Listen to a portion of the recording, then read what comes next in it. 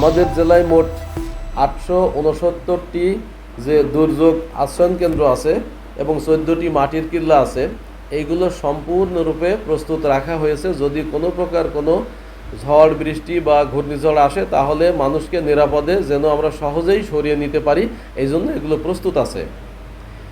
পাশাপাশি আমাদের 98টি medical team প্রস্তুত আছে। যদি কোনো প্রকার দুর্যোগ হয় এবং মানুষ যদি আহত হয় বা কোনো ক্ষতিগ্রস্ত হয় তাহলে তাদের চিকিৎসা সেবা দেওয়ার জন্য তাৎক্ষণিকভাবে। এছাড়া 21টি গবাদি পশু চিকিৎসা টিম রেডি আছে। যদি কোনো প্রকার আমাদের কোনো গবাদি পশু আহত হয় বা যদি প্রয়োজন লাগে তো এই 21টি টিম এখানে তাৎক্ষণিকভাবে কাজ করবে।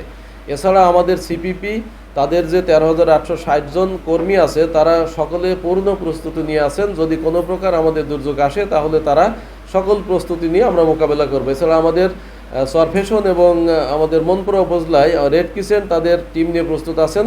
আমাদের সকল প্রাথমিক শিক্ষা অফিস আপনারা শুনেছেন যে সেখানে প্রায় 700-র মতো প্রাইমারি স্কুলে যে আশ্রয়ণ কেন্দ্রগুলো আছে সেইখানে সকল শিক্ষক রেডি থাকবে, এগুলো খোলা থাকবে যেন মানুষ সহজে সেখানে আশ্রয় নিতে পারে। এছাড়া আমাদের উপজেলা পর্যায়ে পর্যন্ত, ইউনিয়ন পর্যায়ে পর্যন্ত যারা সরকারি বেসরকারি কর্মকর্তা আছেন, আমি অনুরোধ করেছি সকল কর্মকর্তাকে সরকারি নির্দেশনা যেটা আসবে, কিন্তু তার বাইরেও আমাদের প্রস্তুতি হিসেবে আমরা এই সময়তে সরকারি কর্মচারীদের সাময়িক ছুটি যে সিএল নেয় সেই ছুটিটা না দেওয়ার জন্য আমি তাদেরকে আজকের সভা থেকে অনুরোধ করলাম।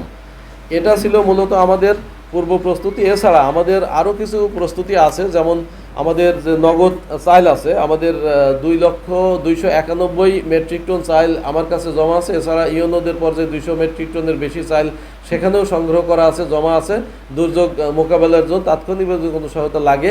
এছাড়া আমার 1015 বস্তা 15 প্যাকেট আমার শুকনো খাবার আছে, তাৎক্ষণিকভাবে যদি শুকনো খাবার প্রয়োজন সেটাও আমরা দিতে পারবো। এছাড়া নগদ 6,22,000 টাকা আছে, যেটা দিয়ে আমরা তাৎক্ষণিকভাবে আমাদের যে কোনো প্রয়োজন মেটাতে পারবো আমাদের ক্ষতিগ্রস্তদের জন্য যদি ক্ষতিগ্রস্ত হয়। এছাড়া শিশু খাদ্য আছে 5 লাখ টাকার, আর 5 লাখ টাকার গোখাদ্য আছে, 5 লক্ষ টাকা বরাদ্দ আছে। আমরা যদি তাৎক্ষণিকভাবে এটুকু আমরা কাজে লাগাতে পারবো। সর্বোপরি আমরা এই জেলার সকলে যারা দুর্যোগের মোকাবেলায় কাজ করেন সকলে প্রস্তুত আছে, সরকারি বেসরকারি পর্যায়ে সকল সংস্থা।